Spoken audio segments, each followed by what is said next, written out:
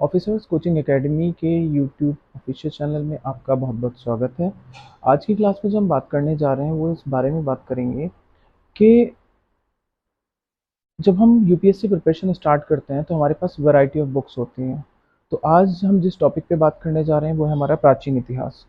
प्राचीन इतिहास में हमारे पास जो बुक सजेस्ट की जाती है वो हमें आर एस शर्मा सजेस्ट की जाती है, या उपेंद्र सिंह की जाती है, या फिर रॉबिला थापर की जाती है, या फिर हमें क्लास 11th की ओल्ड एनसीईआरटी सजेस्ट की जाती है। बट जब हम एग्ज़ाम पैटर्न देखते हैं तो हम एग्ज़ाम पैटर्न में हमको ये दिखता है कि हमारे क्वेश्चंस यहाँ से नहीं बन रहे। अब हम इतना एफर्ट्स इन बुक्स को पढ़ने में लगाते हैं, उसके बाद भी हम लोगों की क्वेश्चंस क्रैक नहीं हो रहे, तो प्रॉब्लम ये आती है कि फिर ऐसा लगता है कि ये सोर्स हमको जो है ना फॉलो नहीं करना चाहिए। अब क्वेश्चन ये आता है कि कौन सा सोर्स ऐसा फॉलो करें जिससे हमारे क्वेश्चन हो जाएं। देखिए, पहली बात तो ये है कि जब भी हम प्रिपरेशन कर रहे होते हैं ना, तो हम बुक्स के अकॉर्डिंग प्रिपरेशन कर रहे होते हैं, जबकि हमको बुक्स के अकॉर्डिंग प्रिपरेशन नहीं करनी। हमको जो प्रिपरेशन करनी है वो करनी है एग्जाम ओरिएंटेड, एग्जाम में पूछा क्या जा रहा है। अब जब हम बुक्स देखते हैं तो आई एग्री के मेंस के लिए बुक पूरी पढ़नी होती है, ऑप्शनल अगर आप पढ़ रहे हो तो पूरी पढ़नी होती है। बट हम लोग क्या करते हैं कि प्रीलिम्स और मेंस दोनों की स्ट्रैटेजी सेम रखते हैं, जबकि दोनों की स्ट्रैटेजी में ज़मीन आसमान का फ़र्क है। दोनों की स्ट्रैटेजी हमको सेम नहीं रखनी है। हमको प्रीलिम्स के लिए वो सोर्स फॉलो करना है जो हमारा प्रीलिम्स क्वालिफाई कराते हैं। अब प्रीलिम्स क्वालिफाई करने के लिए अगर हम एंशियंट हिस्ट्री, प्राचीन भारत की अगर हम बात करते हैं, तो प्राचीन भारत में ट्रेंड ये हो गया कि इस तरीके के क्वेश्चंस आ रहे हैं कि इनको क्रैक करना अपने आप में एक बहुत बड़ी चैलेंज है कि इनको जो है ना सॉल्व कैसे किया जाए। अब इनको सॉल्व करने के लिए मैं आपको जो है ना कुछ चीज़ें दिखाना चाहूँगा। पहली बात तो ये है कि एंशियंट हिस्ट्री में, प्राचीन इतिहास में आपको सिर्फ एग्जाम ओरिएंटेड पढ़ना है। अब एग्जाम ओरिएंटेड क्या पढ़ना है, तो आपको एग्जाम ओरिएंटेड में एक तो आपका इंडस वैली सिविलाइजेशन, सिंधु घाटी सभ्यता हो गया। दूसरा जो है आपका बौद्ध धर्म और जैन धर्म, ये तो आता ही आता है एग्जाम में, हर बार एक ना एक क्वेश्चन मिल जाता है। तीसरा मौर्यन, और चौथा हो जाता है गुप्ता डायनेस्टी। चार टॉपिक्स आप करके जा सकते हैं। चार टॉपिक्स, मेरा जो अपना एक्सपीरियंस रहा है, वो चार टॉपिक से क्वेश्चन हर बार मिल जाते हैं। ऐसा नहीं है कि क्वेश्चन नहीं मिलते, हर बार क्वेश्चन मिलते हैं। अब मैं आपको पेपर दिखा रहा हूँ, 2019 का पेपर है ये। 2019 का पेपर है। क्वेश्चन नंबर 7 देखिए, इसमें लिखा हुआ है निम्नलिखित में से कौन सा एक हड़प्पा स्थल नहीं है। कौन सा एक हड़प्पा स्थल नहीं है। चार इसमें ऑप्शन है, चंदुदारो, कोटदीजी, सौगोड़ा और देसलपुर। राइट। अब इसमें दो तो सभी को कंफर्म है कि चंदुदारो और कोटदीजी ये तो इंडस वैली सिविलाइजेशन के जो ना स्थल हैं। बाकी दो का कोई आइडिया नहीं है। अब जब हम देखते हैं बुक, तो बुक्स में ना इतनी डीप में हमको नहीं मिलता कहीं भी देखने के लिए। तो मैं आपको एक बुक दिखाता हूँ। बुक का जो है, वैसे तो ये में नेट की प्रिपरेशन में जो ना यूज़ की जाती है, नेट की बुक है ये। प्राचीन भारत, पाषाण से लेके 1200, पाषाण काल से लेकर के 1200 ईस्वी तक का। ये जो राइटर है इनका नाम है पप्पू सिंह प्रजापति। बहुत ज़्यादा फैक्चुअल इन्फॉर्मेशन इस बुक में दी गई है। तो जब इस बुक को मैंने स्टडी किया, इस बुक में मैंने देखा, तो आप देखेंगे इसमें ना जितनी भी इंडस वैली सिविलाइजेशन की जो साइट्स हैं, वैसे तो बहुत सारी साइट्स हैं, अबाउट 3000। सबके बारे में तो नहीं, लेकिन ज़्यादातर साइट्स के बारे में आप देख सकते हैं, इन्होंने लिख रखा है यहाँ पर जितनी भी साइट्स हैं। आप देखिएगा यहाँ पर, इसको मैंने अंडरलाइन किया हुआ है, यहाँ पर लिखा हुआ है चंदुदारो एंड कोटदीजी। दोनों की दोनों साइट यहाँ पर लिखी हुई हैं, चंदुदारो एंड कोटदीजी। तीसरी साइट ये यहाँ पर जो है ना गुजरात में है, देसलपुर। देसलपुर लिखी गई है।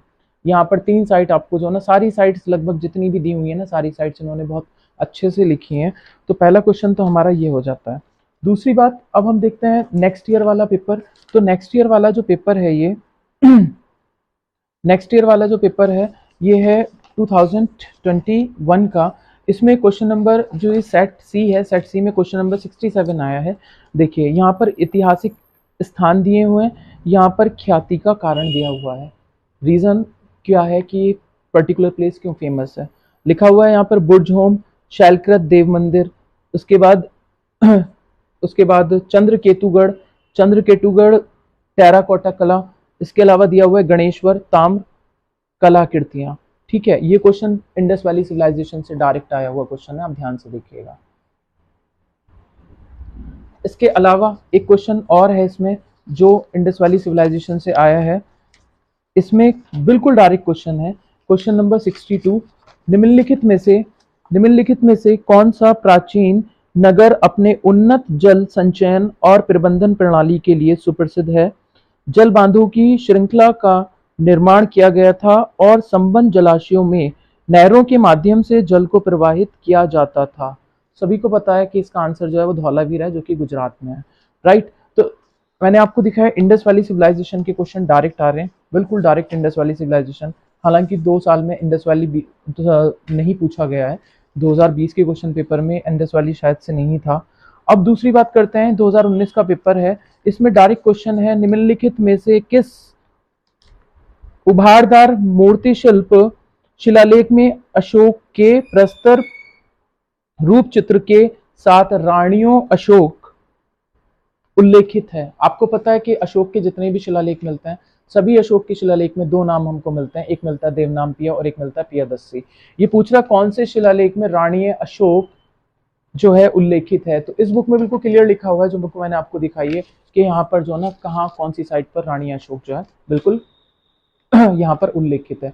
क्योंकि 2 या 3 साइट्स ही ऐसी हैं, कुछ एमपी में है, कर्नाटका में है, जहाँ पर जो ना अशोका नाम मिलता है, बाकी अशोका नाम हमको नहीं मिलता। 2 ही नाम मिलते हैं, देवनामपिया और पियादस्सी। अगली बात करते हैं, हम धर्म की बात करें, अब हम जैन धर्म की बात करते हैं और बौद्ध धर्म की बात करते हैं। तो देखिए इसमें क्वेश्चन आया हुआ है, निम्नलिखित क्वेश्चन नंबर 9 देखिएगा, इसमें लिखा हुआ है, निम्नलिखित पर विचार कीजिए। बुद्ध में देवत्तारोपण, बोधिसत्व के पथ पर चलना, मूर्ति उपासना तथा अनुष्ठान।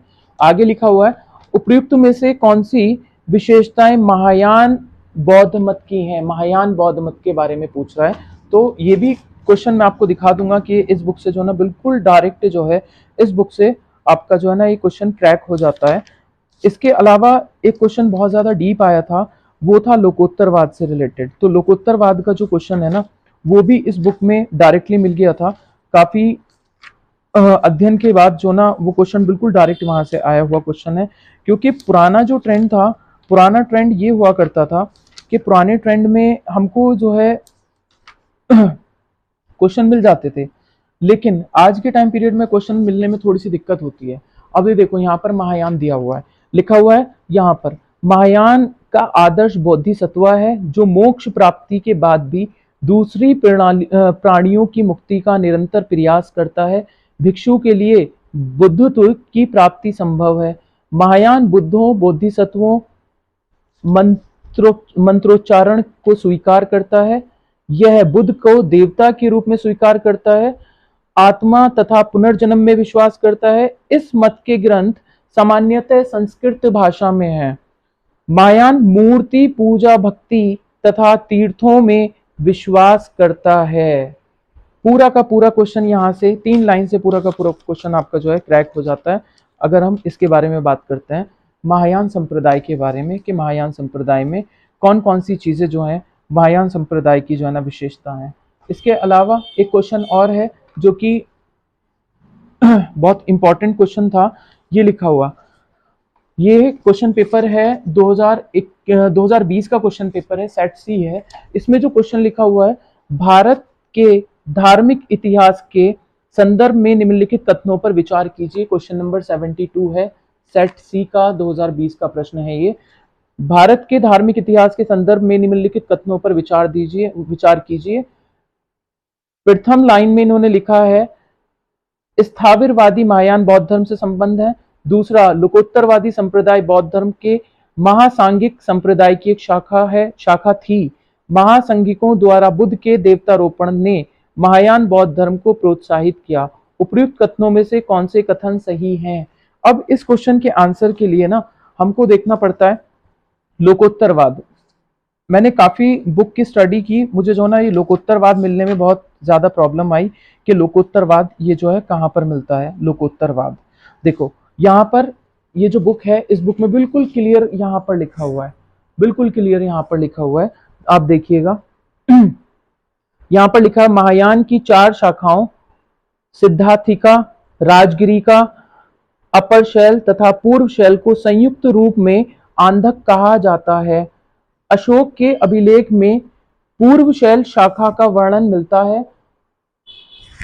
चैतकीय लोकोत्तरवाद, यहाँ पर ये वर्ड आ गया चैतकीय लोकोत्तरवाद, मतलब लोकोत्तरवाद जो है वो महायान संप्रदाय का एक उप संप्रदाय है। इस बुक में हमको इस प्रश्न का जो है उत्तर मिल जाता है। आगे की बात करते हैं। आगे की बात में इसमें इन्होंने बोला लोकोत्तरवाद के बारे में, तीसरा स्टेटमेंट जो बोला था, महासंघिकों द्वारा बुद्ध के देवतारोपण ने महायान बौद्ध धर्म को प्रोत्साहित किया। ऑब्वियस बात है, ठीक है। इन सबके क्वेश्चन जो है, प्रश्न के आंसर जो है हमको वो इस बुक से मिल जाते हैं। आगे की बात करते हैं। तो आगे की बात में एक बहुत इंपॉर्टेंट क्वेश्चन था। देखिए ये क्वेश्चन आया है, क्वेश्चन नंबर 86, भारतीय इतिहास के संदर्भ में निम्नलिखित युग्मों पर विचार कीजिए। ऐतिहासिक व्यक्ति दिए हुए हैं और किस रूप में जाने गए हैं। आर्यदेव हैं यहाँ पर, उसके अलावा दिगनाग हैं और नाथ मुनि हैं। इनके आगे लिखा हुआ है जैन विद्वान, बौद्ध विद्वान, वैष्णव विद्वान, और इसमें नीचे लिखा हुआ प्रयुक्त युग में से कितने युग्म सही सम्मिलित हैं, राइट। और 4 ऑप्शन दिए हुए हैं। ये अभी का पेपर है 2022 का। तो आप देख सकते हैं कि जैसे मैंने आपको बताया था कि कुछ ही ऐसे हैं जिसमें जो है आपके जो क्वेश्चंस हैं वो बार बार पूछे जाते हैं। इसका 85 क्वेश्चन देखिए, ये सेट बी है 2022 का सेट बी। इसमें जो क्वेश्चन नंबर ये 85 है, इसमें लिखा हुआ है भारतीय इतिहास के संदर्भ में निम्नलिखित मूल ग्रंथों पर विचार कीजिए। इसमें दिया हुआ है पहला नेपेत्तिपकरण, दूसरा परिष्टि पर्वन, तीसरा अवदान शतक, चौथा त्रिष्ठा लक्षण महापुराण। उपयुक्त में से कौन से जैन ग्रंथ है। देखिए यहाँ भी जैन धर्म की बात हुई है, कौन से जैन ग्रंथ हैं। तो अब इसका क्वेश्चन का आंसर देखने के लिए, क्योंकि क्वेश्चन बहुत टिपिकल सा है, आंसर इसका ना इजीली आपको किसी बुक में एकदम से नहीं मिल सकता, क्योंकि जैन धर्म में बहुत सारे अंग लिखे गए हैं, उसके अलावा बहुत सारे पुराण भी हैं। तो इसका आंसर हमको निकालने के लिए ना थोड़ी सी मेहनत करनी पड़ी कि कहाँ से ये क्वेश्चन बना था। तो फाइनली पता चला कि ये जो क्वेश्चन बना था ये डायरेक्ट जो है वो यहीं का क्वेश्चन है, इसी बुक से बना हुआ क्वेश्चन है। यहाँ पर मैं अभी आपको दिखाता हूँ। यहाँ पर ये इतने सारे जो ना जैन ग्रंथों के नाम दिए गए हैं। देखिए इतने सारे जैन ग्रंथों के नाम दिए गए हैं, जितने भी हैं ये जैन ग्रंथों के नाम हैं, जो कि उनका जैनिज्म का लिटरेचर था। तो ये क्वेश्चन जो है ना यहाँ से बना है। इसमें आपका जो है उत्तराध्यान सूत्र, चुल्ली का सूत्र, इसके अलावा जो है भगवती सूत्र, सूत्र कीर्तांग आचरांग सूत्र, इसके अलावा फिर पुराण है, आदि पुराण हो गया, उत्तर पुराण हो गया। तो इसमें जो है ना यहाँ पर इसका हमको आंसर मिलता है।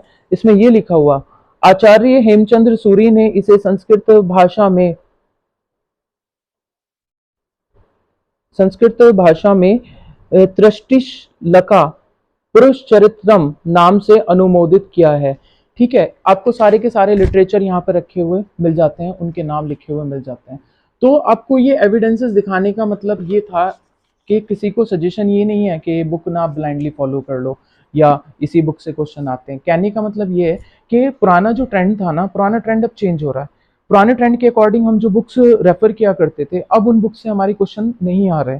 तो अब जिन बुक से हमको क्वेश्चन आ रहे हैं या जिन बुक से क्वेश्चन लिए जा रहे हैं, तो बेटर है कि एग्जाम ओरिएंटेड पढ़ा जाए, ना कि बुक्स ओरिएंटेड, राइट। तो प्राचीन इतिहास में अगर सिंधु घाटी सभ्यता, दूसरा गुप्त काल, तीसरा मौर्य काल और चौथा बौद्ध धर्म और जैन धर्म, इतना पार्ट भी कवर कर लिया जाए तो आप यकीन मानिएगा कि आपका जो है प्राचीन इतिहास से क्वेश्चन फिर बाहर नहीं जाएगा, डेफिनेटली आपका क्वेश्चन सही होगा। वीडियो पसंद आई हो तो वीडियो को लाइक कीजिएगा, चैनल को सब्सक्राइब कीजिएगा। वीडियो देखने के लिए बहुत बहुत धन्यवाद।